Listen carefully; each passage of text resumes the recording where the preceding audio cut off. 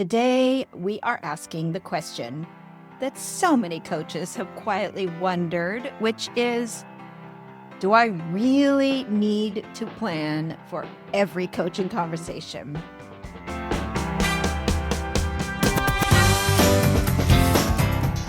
Friends, welcome to the Bright Morning Podcast.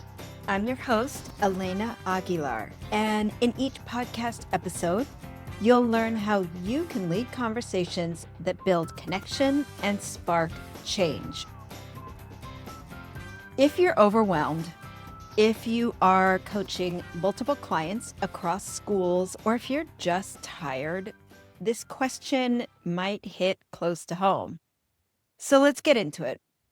Why planning matters, what it can look like, and how to make it work even when time is tight. So as coaches, we know that teachers need to plan their lessons and that planning matters. But somehow when it comes to coaching sessions, many of us skip the planning step. We show up, we draw from experience, and we try to wing it. And sometimes it works, but more often than not, it really doesn't. Because without a plan, we miss opportunities to deepen trust. We lose clarity around purpose. We struggle to be adaptive in the moment. And we can leave conversations feeling like we drifted or like we didn't make the most of the time. Okay, so you are invested in the importance and potential of planning, but what does that mean? Planning doesn't mean writing a full script. It means setting an intention, centering your client's needs, grounding yourself in the coaching stance that you want to embody. So the problem really is that we think that planning has to take a long time, or we just don't know where to start, or we don't do it. But what if you could get big results from planning for just 5 or 10 minutes? There was a period of time when I was coaching over a dozen educators across 3 different campuses. And I would frequently find myself walking into a conversation without feeling clear. I was kind of just trying to stay afloat. And then one week I decided I'm going to plan for just one client. So I gave myself 10 minutes and I answered 5 questions. What's my intention? How do I want my client to feel? Which of their strengths do I want to highlight? What coaching stance do I want to take? And what's the most important thing to address today? So the results were shocking in a good way. My conversations were so much sharper. They were more emotionally grounded, and they were way more impactful.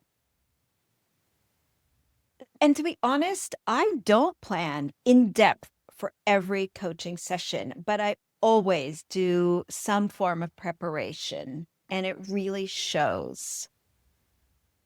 If you are invested in making your conversations as powerful as possible, and perhaps saying goodbye to imposter syndrome, then you're going to want to check out my skill session called Planning for a Coaching Conversation.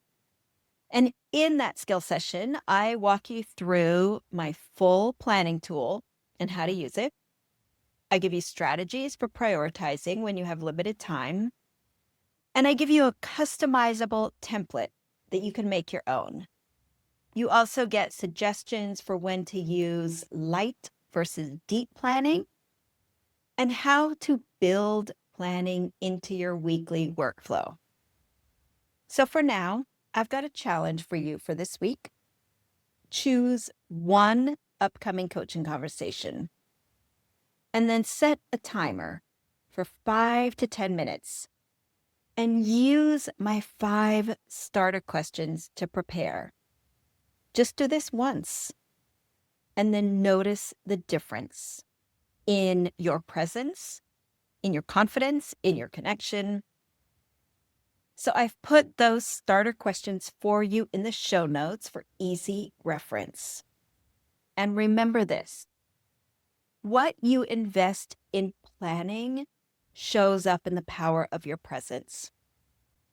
Even just 5 minutes can transform a conversation. So if you're ready to maximize your conversations, you'll find the Planning for a Coaching Conversation skill session in the Coach Learning Library.